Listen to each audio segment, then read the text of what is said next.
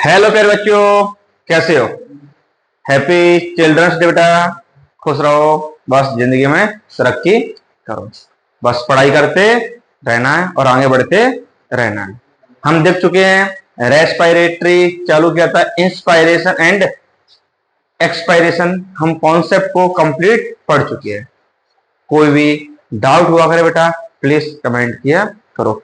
आज हम स्टार्ट करेंगे एक्सचेंज ऑफ गैसेस। आओ नेक्स्ट टॉपिक है बेटा एक्सचेंज ऑफ गैसेस बेटा।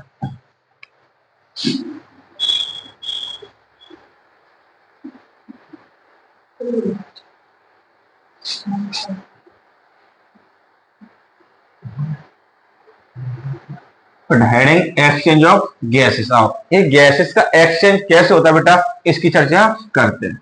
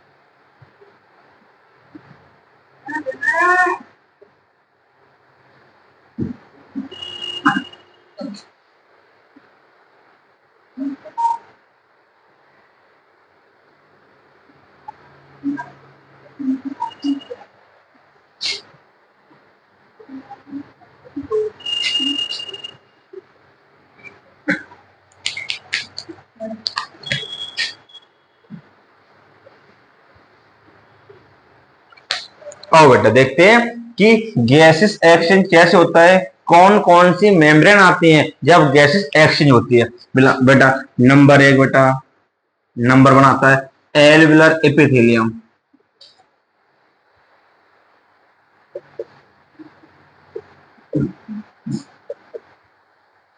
तो एल्वियुलर एपिथेलियम। नंबर दो आता है बेटा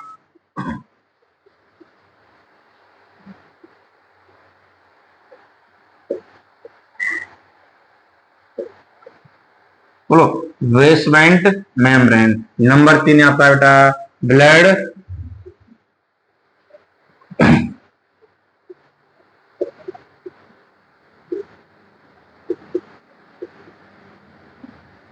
ब्लड कैपिलरी में एंडोथेलियम बेटा। बोलो जब भी गैसेस का एक्सचेंज होता है बेटा तो बोलो जब O2 आएगी बेटा, बोलो अंदर जब O2 जब बेटा इस ब्लड के अंदर आएगी, बोलो ब्लड से CO2 जब बाहर एल्वियोलाई के अंदर जाएगी, इसे बोलते हैं गैसेस एक्सचेंज। जब बेटा ये गैसेस एक्सचेंज होता है तो बेटा कुछ मेम्ब्रेन होती हैं, उन मेम्ब्रेन को क्रॉस करके गैसेस अंदर आती है। बोलो पहली मेम्ब्रेन कौन सी होती है? Alveolar epithelium. बोलो दूसरी होती है बेसमेंट मेम्ब्रेन। तीसरी जो ब्लड कैपिलरी होती है उसकी बॉल को बुलाया जाता है, उसकी मेम्ब्रेन बॉल को बुलाया जाता है ब्लड कैपिलरी बोल के। उसको किसकी बनी होती है? एंडोथेलियम की बनी होती है। तो बोलो जब जब गैसेस का एक्सचेंज होगा तो बोलो गैस तीन मेम्ब्रेन को क्रॉस करके आती है। इन तीनों मेम्ब्रेन को बेटा एक साथ, इन तीनों मेम्ब्रेन को बेटा हम एक साथ बोल देते हैं रेस्पिरेटरी मेम्ब्रेन। कौन सी बेटा? Respiratory membrane. अच्छे सुनो बेटा, बेटा देखो बोलो जब जब गैसेस का एक्सचेंज हुआ तब तब रेस्पिरेटरी मेम्ब्रेन के क्रॉस होता है। तो बोलो रेस्पिरेटरी मेम्ब्रेन कितनी लेयर की बनी होती है? बोलो तीन। बोलो फर्स्ट क्या है? Alveolar epithelium, second basement membrane, तीसरी एंडोथेलियम। एंडोथेलियम ब्लड कैपिलरी की बनी होती है। ये बेटा ये क्या है बेटा? ये ब्लड कैपिलरी है।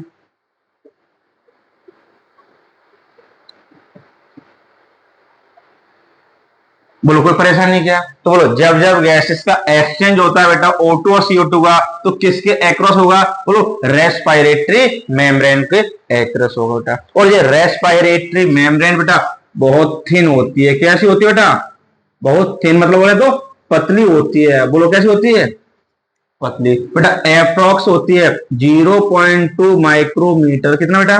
बोलो इतनी पतली होती है कि कितना साइज होता है इसका? 0.2 माइक्रोमीटर। तो कभी भी पूछा जाए कि रेस्पिरेटरी मेम्ब्रेन किन लेयरों से मिलकर बनी होती है?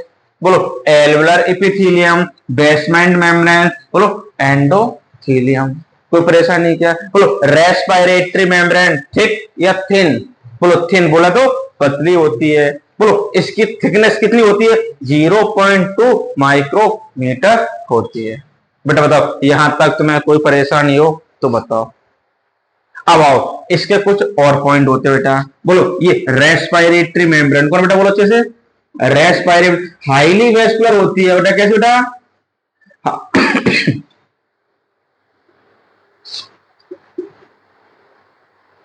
बोलो कैसे होती है? हाईली वेस्कुलर होती है। सॉरी बेटा। बोलो रेस्पिरेटरी मेम्ब्रेन कैसे होती है बेटा? हाईली वेस्कुलर होती है। हाईली वेस्कुलर का मतलब होता है यहाँ पे ब्लड सप्लाई बहुत ज्यादा होती है। बोलो फिर से बोलो बेटा। हाईली वेस्कुलर का मतलब होता है कि यहाँ पे किसकी सप्लाई ज्यादा होती है? बोलो ब्लड की सप्लाई ज्यादा होती है। कोई परेशानी क्या? दूसरा पॉइंट आता है वेरी थिन। बोलो कैसी होती है बेटा? ये बहुत पतली होती है। तो बोलो रेस्पिरेटरी मेम्ब्रेन का पहला पॉइंट क्या बेटा? बोलो अच्छे से। फर्स्ट और ये सेकेंड क्या? हाईली वेस्कुलर होती है, वेरी थिन होती है। बोलो बहुत पतली होती है। बोलो मॉइस्चर होती है। कैसी होती है? वो थोड़ी सी यहाँ पे नमी होती है। बोलो थोड़ी सी गीली होती है, क्योंकि जहां थोड़ी सी मॉइस्चर होती है वहां पे डिफ्यूजन आसानी से होता है। क्या होता है वहां पे? आसानी से डिफ्यूजन आसानी से होता है। डिफ्यूजन बोले तो विसरण। क्या बोले? विसरण। डिफ्यूजन का मतलब होता है जब भी गैस हायर कंसंट्रेशन से लोअर कंसंट्रेशन में जाती है तो उसे बोलते हैं सिंपल डिफ्यूजन। क्या बोलते हैं? बोलो डिफ्यूजन। तो यहाँ पे कभी क्वेश्चन आए कि गैसेस का एक्सचेंज कैसे होता है? बोलो अच्छे से। क्या बोलोगे तुम? डिफ्यूजन के द्वारा। किसके द्वारा बेटा? बोलो अच्छे से। डिफ्यूजन बोले तो विसरण। बोलो किसके द्वारा बेटा? विसरण के द्वारा। बोलो बोलो गैसेस एक्सचेंज किसके द्वारा होता है? विसरण के द्वारा। बोले डिफ्यूजन के द्वारा। और जब जब डिफ्यूजन होगा तो डिफ्यूजन होने के लिए कुछ रिक्वायरमेंट होती हैं। इधर देखो बेटा। बोलो कुछ रिक्वायरमेंट होती है। बोलो डिफ्यूजन किसके ऊपर डिपेंड करता है बेटा? आओ बेटा एक बार बात करते हैं। डिफ्यूजन की कुछ प्रॉपर्टी होती है उसकी बात करते हैं। बोलो अच्छे से। बेटा यहां तक लिखो बेटा। एक बार यहां तक लिखो फिर आगे लिखते हैं। एक बार और बोले। बोलो बोलो गैसेस एक्सचेंज करना है। क्या करना है बेटा? गैसेस एक्सचेंज करना है। तो गैसेस एक्सचेंज होने के लिए कुछ रिक्वायरमेंट होती है। बोलो गैसेस एक्सचेंज कैसे होगा बेटा? बोलो यहाँ पे प्रेशर हम देखेंगे बेटा आगे। अभी जस्ट यहाँ पे O2 का प्रेशर होता है 104। कितना? 104। बोलो यहाँ पे CO2 का प्रेशर होता है 40। कितना? 40। बोलो इसमें डीऑक्सीजनेटेड ब्लड है। कौन सा बेटा? बोलो अच्छे से। डीऑक्सीजनेटेड ब्लड के अंदर प्रेशर O2 होता है 40 और प्रेशर CO2 होता है 45। इधर देखो बेटा। बोलो अंदर कितना प्रेशर CO2 का? बोलो इधर बाहर कितना ब्लड के अंदर? 40। बोलो यहाँ पे प्रेशर ज्यादा और यहाँ पे प्रेशर किसका? CO2 का। तो बोलो high pressure to low pressure move किया क्या नहीं किया? बोलो एल्वुलाई के अंदर प्रेशर कितना है ऑक्सीजन का? 104। अब बोलो इस ब्लड के अंदर O2 का प्रेशर कितना है? 40। बोलो यहाँ पे 104 और यहाँ पे। तो बोलो O2 का यहाँ पे O2 का प्रेशर हाई और यहाँ पे O2 का प्रेशर कम। बोलो यहाँ पे हम लिख दें O2 प्रेशर हाई और यहाँ पे O2 का प्रेशर कम। तो बोलो O2 कहां से कहां जाती है? High pressure to low pressure. बोलो यहाँ पे CO2 का प्रेशर क्या है बेटा? अच्छे से बोलो। ज्यादा। और यहाँ पे CO2 का प्रेशर क्या बेटा? कम। तो बोलो high pressure to low pressure. कोई परेशानी क्या बेटा? बोलो यहां से गैसेस का एक्सचेंज हुआ क्या हुआ? तो बोलो गैसेस का एक्सचेंज होने के लिए कुछ यहाँ पे मेम्ब्रेन पाई जाती है। बोलो कितनी O2 और CO2 ने कितनी मेम्ब्रेन क्रॉस की? बोलो 3। बोलो पहली मेम्ब्रेन कौन सी? Alveolar epithelium. दूसरी बोलो कौन सी, बेसमेंट मेम्ब्रेन। तीसरी कौन सी बेटा, बोलो ब्लड कैपिलरी की एंडोथेलियम। बोलो इन तीनों को क्रॉस करके आई क्या नहीं आई? इन तीनों को हम एक साथ मिला के बोल देते हैं रेस्पिरेटरी मेम्ब्रेन। कोई परेशानी नहीं क्या? क्वेश्चन आता है रेस्पिरेटरी मेम्ब्रेन कितनी लेयर से मिलकर बनी होती है?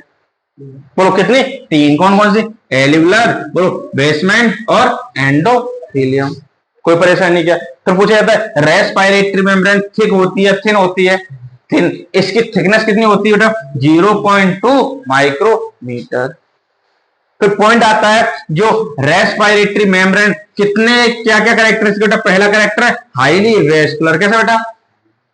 हाईली वेस्कुलर का मतलब होता है कि यहां पे ब्लड सप्लाई बहुत ज्यादा पाई जाती है। दूसरा पॉइंट आता है वेरी थिन। बोलो ये रेस्पिरेटरी मेम्ब्रेन काफी पतली होती है। तीसरा पॉइंट आता है मॉइस्चर होती है, थोड़ी सी गीली नमी युक्त होती है। कोई परेशानी नहीं क्या? तो बोलो ये इसको बोलते हैं गैसेस एक्सचेंज। बोलो गैसेस एक्सचेंज किस मेथड से होता है? बोलो डिफ्यूजन के द्वारा। किसके द्वारा? डिफ्यूजन कुछ प्रॉपर्टी है होती है, ये किसी ना किसी के ऊपर डिपेंड करता है। क्या करता है? डिपेंड करता है। और देखते हैं कि डिफ्यूजन किन किन प्रॉपर्टी पे डिपेंड करता है। पहले एक बार बेटा ये समझ आया, एक बार इसका फोटो ले लो, लिख लो, पूछो मुझे कोई डाउट हो तो बेटा।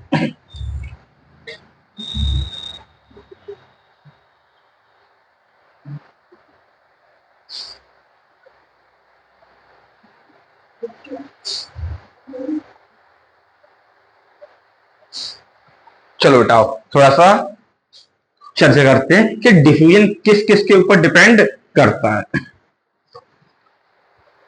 और बेटा अपन पढ़ना चाहते हैं किस बेटा? डिफ्यूजन के बारे में। बेटा इधर देखो सब लोग,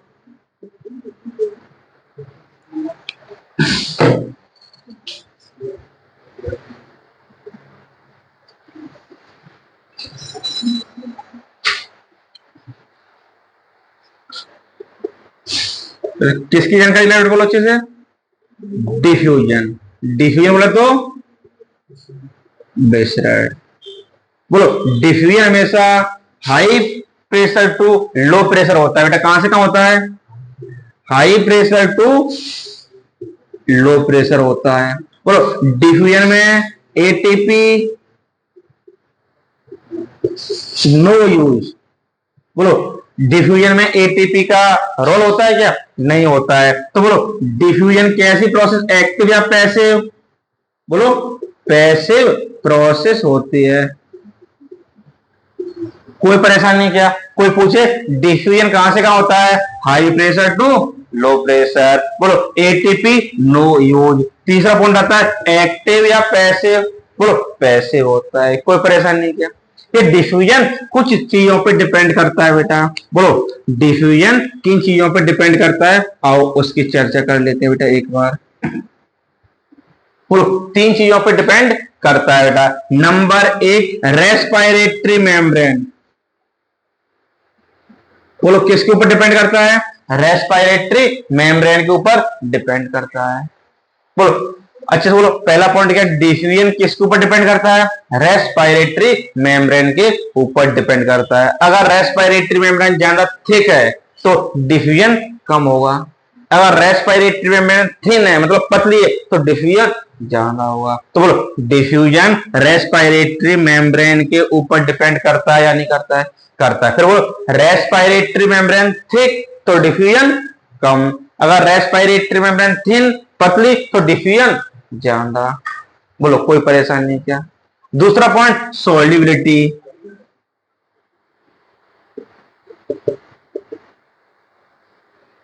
बोलो दूसरा पॉइंट क्या है? सॉल्युबिलिटी। कोई परेशानी नहीं क्या बेटा? बोलो पहला रेस्पिरेटरी मेम्ब्रेन, दूसरा सॉल्युबिलिटी बेटा। बोलो कोई परेशानी नहीं हो तो बताओ। बोलो सॉल्युबिलिटी। बोलो कौन सी गैस, कोई गैस है जो जितनी जल्दी ब्लड के अंदर डिजोल्व होती है तो वो उतनी जल्दी डिफ्यूज हो जाएगी। बोलो होगी कि नहीं होगी बेटा? तो बोलो तीसरा प्रेशर के ऊपर बेटा। किसके ऊपर बेटा? प्रेशर। बोलो जितना ज्यादा प्रेशर होगा, जितना ज्यादा प्रेशर तो वो उतनी जल्दी डिफ्यूजन कर लेगी। प्रेशर कम तो डिफ्यूजन कम, प्रेशर ज्यादा तो डिफ्यूजन ज्यादा। बोलो क्लियर हो रहा है कि नहीं हो रहा है? बोलो डिफ्यूजन किन किन प्रॉपर्टी पर डिपेंड करता है? पहला रेस्पिरेटरी मेम्ब्रेन, बोलो रेस्पिरेटरी मेम्ब्रेन थिक तो डिफ्यूजन कम, अगर रेस्पिरेटरी मेम्ब्रेन थिन तो बेटा डिफ्यूजन ज्यादा। फिर दूसरा पॉइंट सॉल्युबिलिटी, कि कोई गैस है जो जितना ज्यादा डिजोल्व होगी तो उसका डिफ्यूजन उतना ज्यादा होगा, जो डिजोल्व कम होगी तो उसका डिफ्यूजन कम होगा। तीसरा प्रेशर, अगर प्रेशर कम है तो डिफ्यूजन कम होगा, प्रेशर ज्यादा है तो डिफ्यूजन ज्यादा होगा।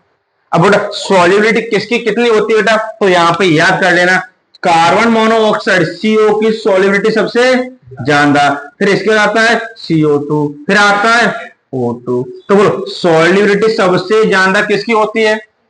CO2। O2 की तुलना में 200 से 300 गुना रहती है।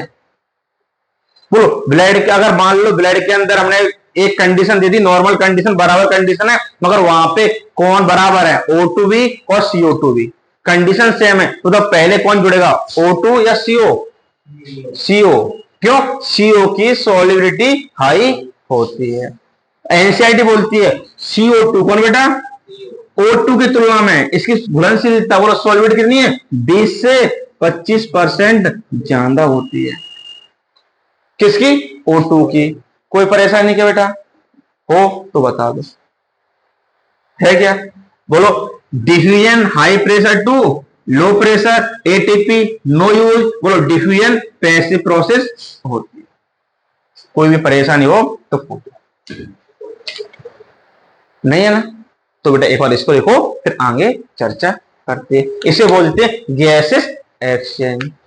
बेटा पूरा क्लियर कॉन्सेप्ट, कोई भी डाउट हो मुझे पूछ सकते। एक बार मैं और बता दूं इसको, बोलो विस्लड, डिफ्यूजन का मतलब होता है कहीं से कहीं जाना, बोलो डिफ्यूजन का मतलब होता है high pressure to low pressure. जब हम कंसंट्रेशन की बात करेंगे तो बोल देते हैं high concentration to low concentration. तो जब भी हाई से लो की तरफ जाते हैं वहां पे एनर्जी खर्च नहीं होती है, तो जहां पे एनर्जी खर्च नहीं होती है तो एटीपी नो यूज, बोलो तो उसको उस प्रोसेस को बोलते हैं पैसिव प्रोसेस। और हमेशा high pressure to low pressure होता है। और डिफ्यूजन कहां कम होगा कहां ज्यादा होगा वो कुछ प्रॉपर्टी के ऊपर डिपेंड करता है। पहला आती है रेस्पिरेटरी मेम्ब्रेन, कौन आई?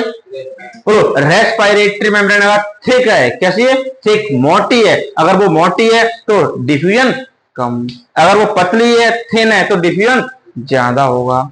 कोई परेशानी क्या बेटा? बोलो फिर बात आती है बेटा, बोलो सॉल्युबिलिटी, कौन बेटा? सॉल्युबिलिटी बेटा, अगर कोई गैस ज्यादा सॉल्युबल है तो उसका डिफ्यूजन ज्यादा होगा, अगर कोई गैस कम सॉल्युबल है तो उसका डिफ्यूजन कम होगा। बेटा कोई परेशानी क्या बेटा? चलो बेटा एक बार इसको लिखो फिर आगे बढ़ते।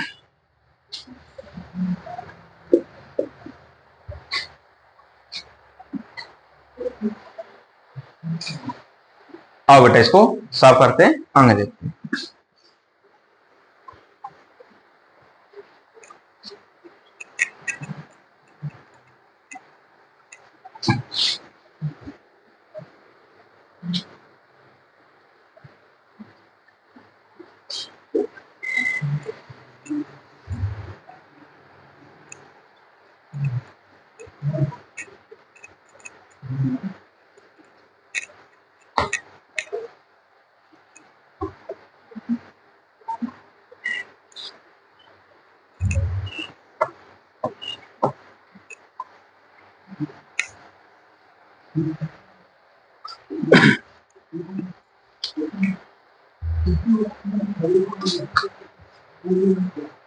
आओ बेटा अब हम देखते हैं कि प्रेशर कहां पे कितना प्रेशर मिलता है, कहां पे कितना प्रेशर मिलता है।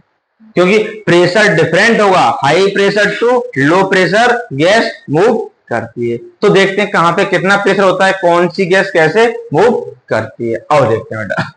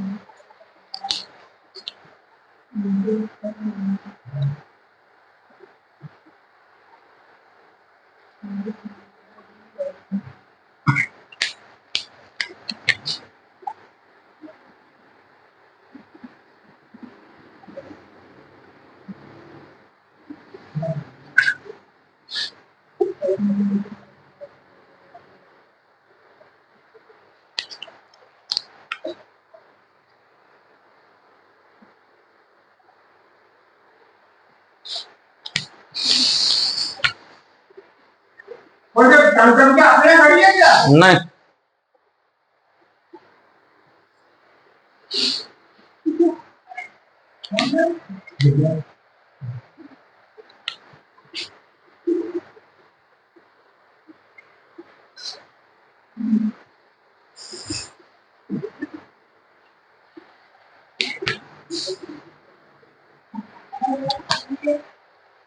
आओ बेटा, प्रेशर डिफरेंट करते हैं। चलो कोई ना, चलो बोले। आओ बेटा, बोलो एटमॉस्फेयर में बेटा, बोलो कहां पे? वातावरण में। बोलो एटमॉस्फेयर के अंदर जब हमने देखा कि यहाँ पे प्रेशर O2 होता है 159। कितना बेटा? 159। हमने देखा यहाँ पे प्रेशर ऑफ CO2 कितना होता है बेटा? बोलो 0.3। तो हम बोलो भैया ये पार्शियल प्रेशर निकालते कैसे हैं? आओ बेटा इसकी चर्चा करते इधर आओ। बोलो partial pressure is equal to होता है बेटा, बोलो फॉर्मूला क्या होता है? बोलो पार्शियल प्रेशर का फॉर्मूला बता दो बेटा जल्दी से। किसको पता है? आओ बेटा, परसेंटेज ऑफ गैस बेटा, क्या बेटा? Percentage of gas upon 100 into 760। बोलो हमें देखना है कोई भी गैस पूरे एयर में कितने परसेंट पाई जाती है, उसे यहां पे रख दो, डिवाइड 100 से कर दो और इनटू से कर दो 7, बोलो 760 का, तो उसका पार्शियल प्रेशर निकल के आ जाता है बेटा। हमने देखा O2 का और CO2 का, तो O2 का तुम्हें पता है, बोलो वातावरण में एनवायरमेंटल में कितने परसेंट बेटा? 20.7% लगभग अपन मान लेते हैं 21%। जब रखोगे बेटा तो मान आता है कि ऑक्सीजन का पार्शियल प्रेशर एटमॉस्फेयर में कितना होता है? 159। CO2 का कितना होता है? 0.3। कोई परेशानी? जब हमने देखा कि एयर ब्लाई के अंदर कहां पे बेटा? एचएस बोलो, एयर ब्लाई के अंदर जब प्रेशर पार्शियल प्रेशर O2 का कितना? 104। फिर आता है कि पार्शियल प्रेशर CO2 का कितना बेटा? बोलो अच्छे से 40। कोई परेशानी नहीं क्या? बोलो बाहर O2 का प्रेशर ज्यादा और यहाँ पे O2 का प्रेशर कम। बोलो हाई, बोलो क्या पता है? एयर हमेशा high pressure to low pressure move करती है। तो यहां से जब एयर आई बेटा तो कहां पे आएगी? बोलो लंग्स के अंदर, एयर ब्लाई के अंदर आई या नहीं आई? आई। कोई परेशानी क्या? फिर हमने देखा यहां से O2 बेटा अच्छे से देखो, ये कौन सा ब्लड बेटा? डीऑक्सीजनेटेड। कौन सा बेटा? डीऑक्सीजनेटेड ब्लड है। जब देखा डीऑक्सीजनेटेड ब्लड के अंदर, बोलो CO2 कितना? 45 प्रेशर था और O2 का प्रेशर कितना? 40। कोई परेशानी क्या? बोलो यहां पे CO, बोलो डीऑक्सीजनेटेड में यहां पे CO2 का प्रेशर कितना? 45। कितना बेटा अच्छे से बोलो, कितना है? 45। बोलो किसका? CO2 का। हमने देखा यहाँ पे O2 का कितना? 40। तो बोलो यहाँ पे CO2 हाई और यहाँ पे CO2, तो यहां से CO2 कहां गई? एयर ब्लाई के अंदर। बोलो यहां से O2 कहां पे आ गई? बोलो ब्लड के अंदर। कोई परेशानी क्या? बोलो यहां से ब्लड कैपिलरी के द्वारा यहाँ पे पता है ये कौन होता है? पल्मोनरी वेन होती है क्या? नहीं होती है। और पल्मोनरी के अंदर बेटा ऑक्सीजनेटेड ब्लड पाया जाता है। जब यहाँ पे हमने देखा बेटा कि पार्शियल प्रेशर O2 का किसका बेटा? तो कितना मिला? 95। जब हमने देखा पार्शियल प्रेशर CO2 कितना मिला? 40। कोई परेशानी क्या? बोलो ऑक्सीजनेटेड ब्लड के अंदर पार्शियल प्रेशर O2 कितना होता है? 95। बोलो पार्शियल प्रेशर CO2 कितना होता है? 40। अब बताओ ये ब्लड कहां पे आया? बोलो लेफ्ट एट्रिया में आया कि नहीं आया? लेफ्ट एट्रियम कहां पे है बेटा? बोलो लेफ्ट वेंट्रिकल में आया। लेफ्ट वेंट्रिकल से कहां जाता है? बोलो ऑर्टा में गया। कहां गया बेटा? ऑर्टा में। और ऑर्टा के अंदर बताओ बेटा, ऑर्टा के अंदर तुम बोलोगे प्रेशर O2 का कितना? 95। और पार्शियल प्रेशर CO2 कितना? 40। कोई परेशानी नहीं बेटा। इधर देखो सब लोग बेटा, बोलो अच्छे से बेटा। ये टिश्यू है, कौन बेटा? अच्छे से बोलो। बॉडी का कोई पार्ट टिश्यू है। जब हमने टिश्यू के अंदर देखा बेटा कि बताओ O2 तुम्हारा कितना पार्शियल प्रेशर, तो बोलते हमारा है 40। बोलो यहां पे देखा CO2 तुम्हारा पार्शियल प्रेशर कितना, ये बोलते 45। तो बोलो टिश्यू के अंदर पार्शियल प्रेशर O2 कम है और CO2 का ज्यादा है। बोलो टिश्यू क्या कम? बोलते पार्शियल प्रेशर O2 का कम। तो बोलो यहां पे O2 का कितना है? 95। बोलो यहां पे O2 का कितना है? 40। बोलो ब्लड के अंदर बेटा कहां पे? ब्लड के अंदर O2 हाई है क्या नहीं है?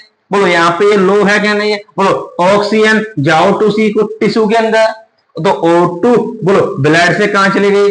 टिश्यू के अंदर। कोई परेशानी नहीं क्या? बोलो टिश्यू तुम्हारे अंदर क्या जान रहा है? बोलती है CO2। हमने देखा ब्लड, तुम बताओ तुम्हारे अंदर CO2 का प्रेशर क्या है? बोलते हमारे अंदर 40 है। और टिश्यू के अंदर कितना?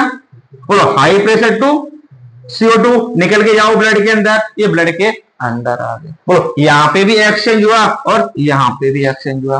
तो बोलो ये यहां से आएगी बेटा, कहां पे जाएगी बेटा? बोलो अच्छे से बोलो। राइट एट्रिया, राइट एट्रिया से राइट वेंट्रिकल। तो बोलो यही ब्लड आगे जाता हुआ यहाँ बोलो पल्मोनरी आर्टरी से क्या बोल देते हैं? पल्मोनरी आर्टरी में आया कि नहीं आया? तो पल्मोनरी आर्टरी में कौन सा ब्लड? ऑक्सीजनेटेड या डीऑक्सीजनेटेड? तो डीऑक्सीजनेटेड के अंदर बोलो पार्शियल प्रेशर CO2 कितना होता है? 45। पार्शियल प्रेशर O2 कितना होता है? 40। पूरा हमने पूरे हर जगह पार्शियल प्रेशर देखा कि नहीं देखा? तो देखो हर जगह high pressure to low pressure ही मूव कर रहा है। आओ बेटा एक बार और देखते हैं अच्छे से बेटा। कोई परेशानी क्या बेटा? तो बोलो जब बाहर वातावरण में एटमॉस्फेयर के अंदर जब देखा O2 का प्रेशर कितना? 159। हमने बोला एल्वलाई तुम्हारे अंदर कितना? बोलते 104। बोलो बाहर जाना अंदर, अरे O2 बाहर से अंदर आ जाओ, अंदर आ गए। हमने देखा अंदर आ गई और CO2 कितना था? 40। फिर हमने देखा ब्लड के अंदर डीऑक्सीजनेटेड ब्लड, तुम बताओ तुम्हारे अंदर O2 कितना? बोलते हमारे अंदर तो 40 है। हमने बोला CO2 तुम बताओ, बोलते 45 है। हमने बोला एल्वलाई CO2 कितना है? बोलती 40। कितना? 40। और यहां पे कितना? बोलो अंदर जाना कि ब्लड में जाना? ब्लड में जाना। एल्वलाई में कम। अरे जाओ high pressure to low pressure, blood से कहां चली गई? एल्वलाई के अंदर। O2 आओ तुम्हारे अंदर कितना है? बोलते 40। एल्वलाई तुम्हारे अंदर 104। बोलो आओ एल्वलाई से ब्लड के अंदर। बोलो कोई परेशानी? बोलो यहाँ पे high pressure to low pressure हुआ क्या नहीं हुआ? तो उसे हम डिफ्यूजन बोलते हैं क्या नहीं बोलते? तो बोलो डिफ्यूजन हमेशा, बोलो डिफ्यूजन हमेशा high pressure to low pressure होता है। फिर हमने देखा पल्मोनरी वेन, बोलो ऑक्सीजनेटेड ब्लड, ऑक्सीजनेटेड के अंदर O2 का प्रेशर 95, CO2 का 40। अब ये हार्ट में आया, हार्ट से ऑर्टा में गया। ऑर्टा तुम बताओ पार्शियल प्रेशर O2, बोलते 95, CO2 40। टिश्यू को दे दो जाके, टिश्यू तुम बताओ, बोलते O2 40। कितना है? 40। हमने कहा तुम्हारे पास O2 95। अरे हमने तुम्हारे अंदर O2 ज्यादा है नीचे, अरे high pressure to low pressure. बोलो ब्लड से कहां चला गया? टिश्यू में। जब टिश्यू को पूछा CO2, टिश्यू बोलती है 45। हमें ब्लड CO2 बोलती है 40। ब्लड के अंदर CO2 कम, टिश्यू के अंदर बोलो high pressure to low pressure move कर जाओ, और ये क्रम लगातार चलता रहता है। तो जहां प्रेशर कम और ज्यादा डिफरेंट आ रहा है तो वहीं पे एक्सचेंज होता जाता है। बेटा बताओ ये हमने गैसेस एक्सचेंज देखा, कोई परेशानी नहीं किया? एक बार देखो, डाउट हो तो पूछो बेटा।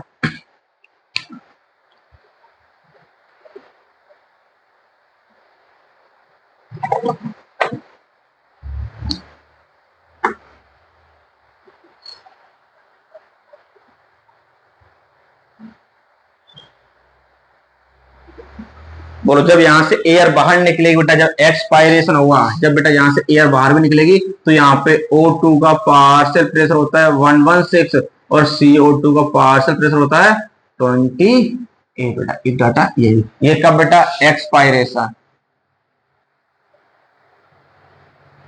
बेटा ये क्या हो रहा है? इंस्पायरेशन।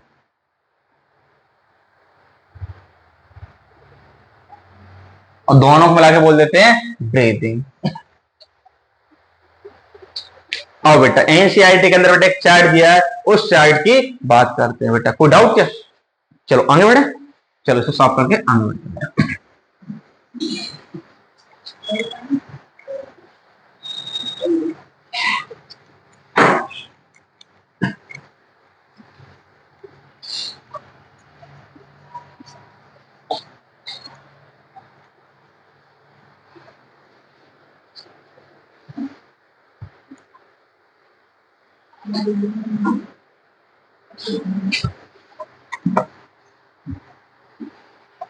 और पार्शियल प्रेशर कैसे निकालेंगे? और percentage of gas upon 100 into 760, इससे हम पार्शियल प्रेशर किसी भी गैस का निकाल सकते हैं।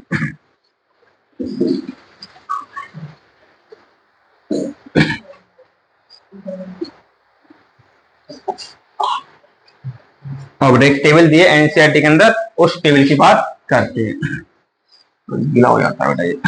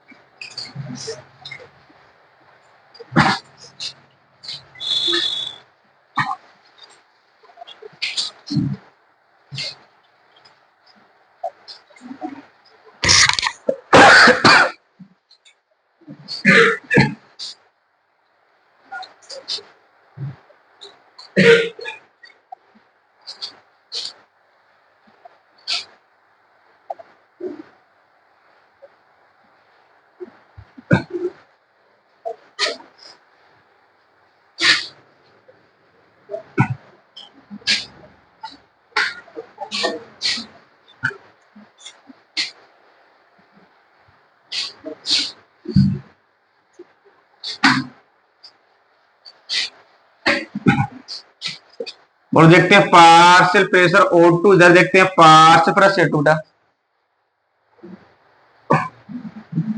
देखना आ रहा है।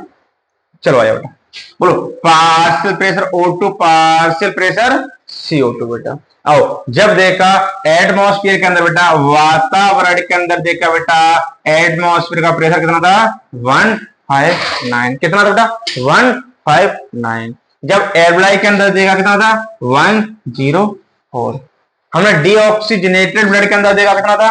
40। ऑक्सीजनेटेड ब्लड के अंदर देखा 95। टिश्यू के अंदर देखा कितना था? 40। फिर हमने देखा बेटा, जब देखो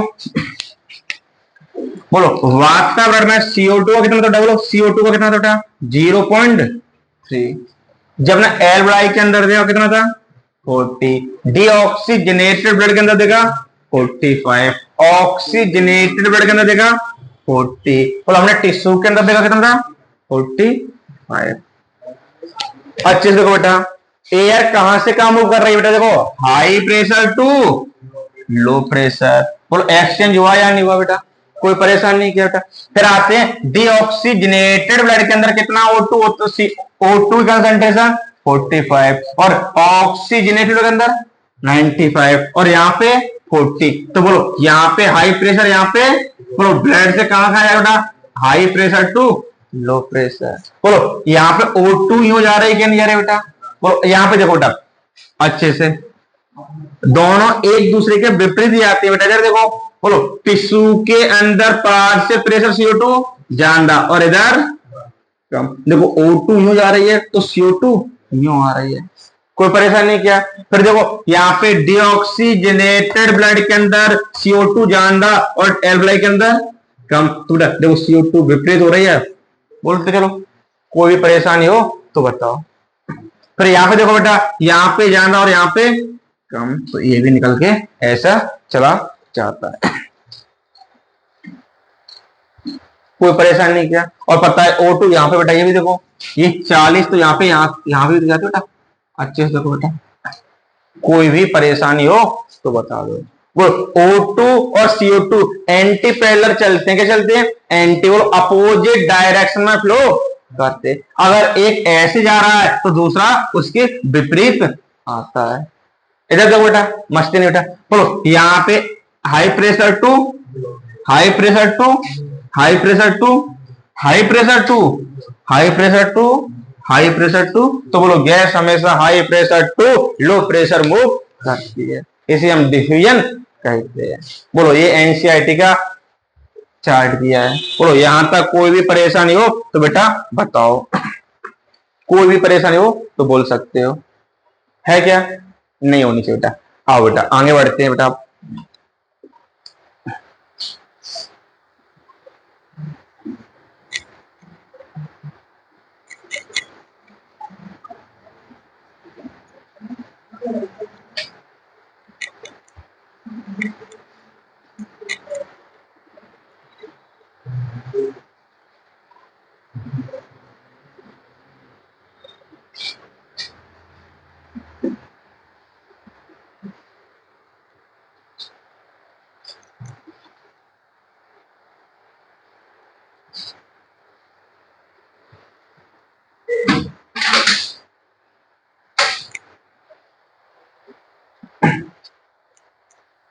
आओ बेटा अगले हेडिंग आती है बेटा पल्मोनरी वॉल्यूम। बेटा क्या आता है?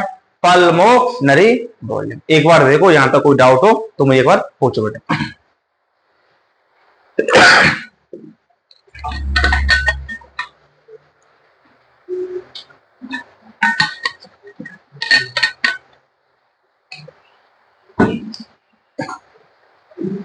आओ बेटा अगली हेडिंग क्या है?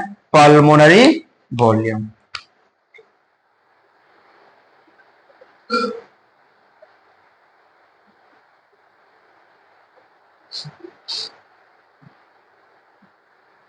पल्मोनरी वॉल्यूम या कैपेसिटी बेटा, और पल्मोनरी वॉल्यूम एंड कैपेसिटी की चर्चा करते हैं। पहला लेते हैं बेटा टाइडल वॉल्यूम। बेटा क्या लेना बेटा? Tidal volume. अब ये टाइडल वॉल्यूम क्या होता है इसको देखते हैं। जब हम नॉर्मल कंडीशन में ब्रीदिंग करते हैं, कैसी कंडीशन में? जब हम नॉर्मल कंडीशन में ब्रीदिंग करते हैं, जैसे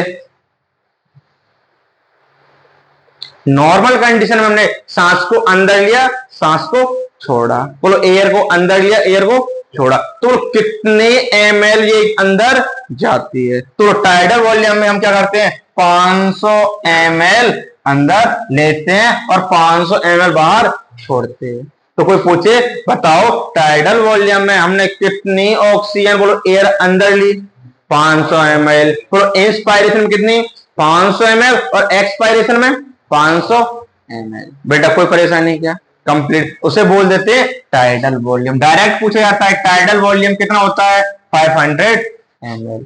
दूसरा आता है बेटा इंस्पायरेटरी कैपेसिटी। बेटा क्या आता है? इंस्पायरेटरी कैपेसिटी बेटा, या फिर दूसरा हेडिंग होती है इंस्पायरेटरी रिजर्व वॉल्यूम।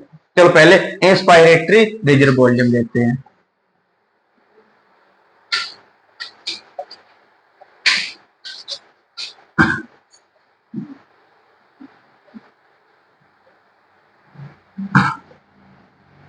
बोलो इंस्पायरेटरी रिजर्व बोलते हैं IRV। बोलो इंस्पायरेटरी रिजर्व वॉल्यूम। आओ बेटा चलिए, इंस्पायरेटरी रिजर्व वॉल्यूम क्या होता है? बोलो नॉर्मल कंडीशन में हमने इंस्पायरेशन किया, इधर देखो नॉर्मल कंडीशन में इंस्पायरेशन किया, कर लिया, उसके अलावा फोर्सफुल हम कितनी एयर और अंदर ले सकते हैं? तो देखो नॉर्मल किया, मतलब फोर्सफुल हमने अंदर ली कि नहीं ली? जब भी हम नॉर्मल इंस्पायरेशन के बाद फोर्सफुल कितनी एयर अंदर ले सकते हैं उसे बोलते हैं इंस्पायरेटरी रिजर्व वॉल्यूम। बोलो IRV। बोलो इसकी वैल्यू होती है 2500 से 3000 ml। बोलो पहला पॉइंट क्या, टाइडल वॉल्यूम। टाइडल वॉल्यूम कितना बेटा, बोलो अच्छे से 500 ml बेटा। बेटा काफी इंपोर्टेंट है, नीट में बेटा हर अल्टरनेट में हर साल पूछा जाता है क्वेश्चन, यहां से हमें आना चाहिए। कोई पूछे टाइडल वॉल्यूम क्या होता है, बता दो। तो टाइडल वॉल्यूम बोलो नॉर्मल कंडीशन में जब हम ब्रीथ करते हैं, ब्रीदिंग करते हैं, नॉर्मल इसमें फोर्सफुल यूज नहीं करना है। जैसे नॉर्मल इंस्पायरेशन कितना कर सकते हैं, 500 ml। नॉर्मल कितना छोड़ सकते हैं, 500 ml, उसे बोलते हैं टाइडल। फिर आता है inspiratory reserve volume, IRV। Normal condition के अलावा हम कितना फोर्सफुल एयर और अंदर ले सकते हैं, उसे क्या बोलेंगे, इंस्पायरेटरी रिजर्व वॉल्यूम। इसकी वैल्यू कितनी होती है, 2500 से 3000 ml। बेटा 2 पॉइंट क्लियर हुए, चेंज हुए। फिर तीसरा आता है एक्सपायरेटरी रिजर्व वॉल्यूम बेटा।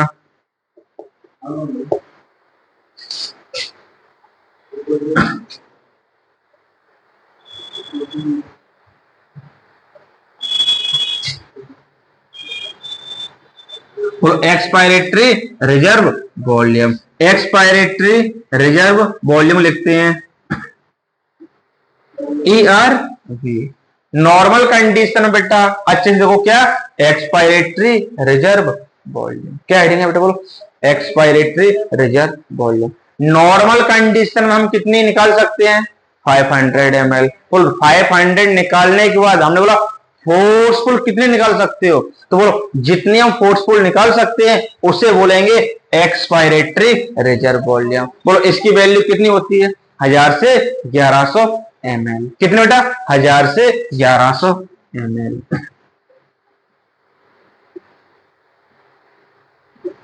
बेटा अच्छे से पहले 3 को एक बार नोटिस करो, एक बार सोचो क्या बोला गया मैंने। बोलो टाइडल वॉल्यूम क्या होता है, नॉर्मल एयर को अंदर लेना, नॉर्मल छोड़ना, दोनों अंदर लेना छोड़ना, उसे बोलते हैं टाइडल। कितना ml ले सकते हैं नॉर्मल और कितना छोड़ सकते हैं, 500 ml। नॉर्मल लेने के बाद हमने बोला नॉर्मल के बाद हम फोर्सफुल कितनी और अंदर ले सकते हैं, फोर्सफुल बोलो उसे बोलते हैं इंस्पायरेटरी रिजर्व वॉल्यूम। क्या बोल सकते हैं, इंस्पायरेटरी रिजर्व वॉल्यूम। बोलो IRV कितना होता है, 2500 से 3000 ml। कोई परेशानी नहीं किया। फिर हमने बोला नॉर्मल छोड़ने के बाद, बोलो नॉर्मल छोड़ने के बाद कितनी फोर्सफुल और छोड़ सकते हैं, नॉर्मल छोड़ दो उसके बाद फोर्सफुल कितनी और छोड़ सकते हैं, उसे बोलते हैं एक्सपायरेटरी रिजर्व वॉल्यूम। कोई परेशानी क्या, कोई भी हो तो बता दो बेटा। बोलो एक्सपायरेटरी रिजर्व वॉल्यूम कितना होता है, 1000 से 1100 ml होता है। कोई परेशानी नहीं क्या। अगला पॉइंट आता है रेसिडुअल वॉल्यूम बेटा। कौन सा बेटा, बोलो 3 याद हुई तब आगे बढ़ते बेटा, बोलो अच्छे से बढ़ा हुआ। चलो अगला आता है रेसिडुअल बेटा। कौन बेटा, रेसिडुअल वॉल्यूम बेटा। आओ बेटा जरा देखो ये क्या होता है, देखो फोर्सफुल एयर बाहर निकालने के बाद, बोलो फोर्सफुल एयर बाहर निकालने के बाद जो एयर हमारी लंग्स में एल्वुलाई में बची रह जाती है, कहां पे, एल्वुलाई में बची रह जाती है, उसे बोलते हैं रेसिडुअल वॉल्यूम। क्या बोलते हैं, बोलो भैया कि हमारे अंदर पूरे निकालने के बाद फिर भी कुछ एयर बची रह जाती है। हाँ बेटा, बोलो हम अपने लंग्स को कभी पूरी तरह से खाली नहीं कर सकते। बोलो फोर्सफुल एक्सपायरेशन के बाद बोला है, किस बात बोला बेटा ने, फोर्सफुल एक्सपायरेशन के बाद जो बची रह जाती है उस एयर को बोला जाता है रेसिडुअल वॉल्यूम। कोई परेशानी। और रेसिडुअल वॉल्यूम बेटा कितना होता है, 1200 ml। बेटा ये 4 वैल्यू हमें पहले तो एकदम याद होनी चाहिए, चारों की डेफिनेशन के बारे में पता होना चाहिए। पहले एक बार चारों को अच्छे से नोटिस करो बेटा और लिखो, समझो, फिर मैं पूछता हूं।